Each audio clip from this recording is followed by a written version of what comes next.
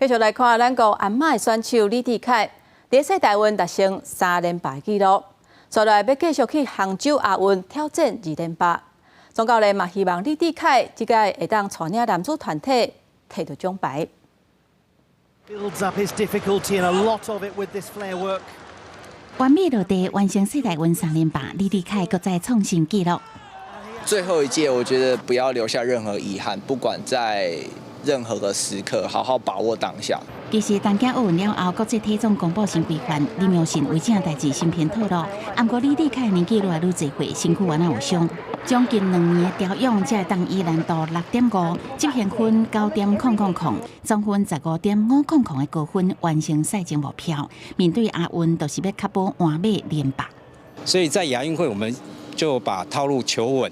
然后做漂亮，因为它的质量非常好，扣分非常少，所以我们是安排它在所谓的套路在6.4、6.5之中，能在这样的规范里面，取得高分，让它很顺利连霸。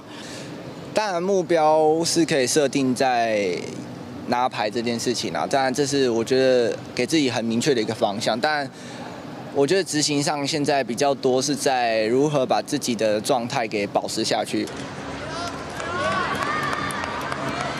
Sense of purpose, sense of poise, and a good finish. 捌因为受伤，萧友然头一届世大运换马摕铜牌，伊真激动。伊伫亚运的换马会甲李智凯形成上保险。若是另外3个选手，虽然拢是真少年，不过林玉成功拢是全能上好的选手。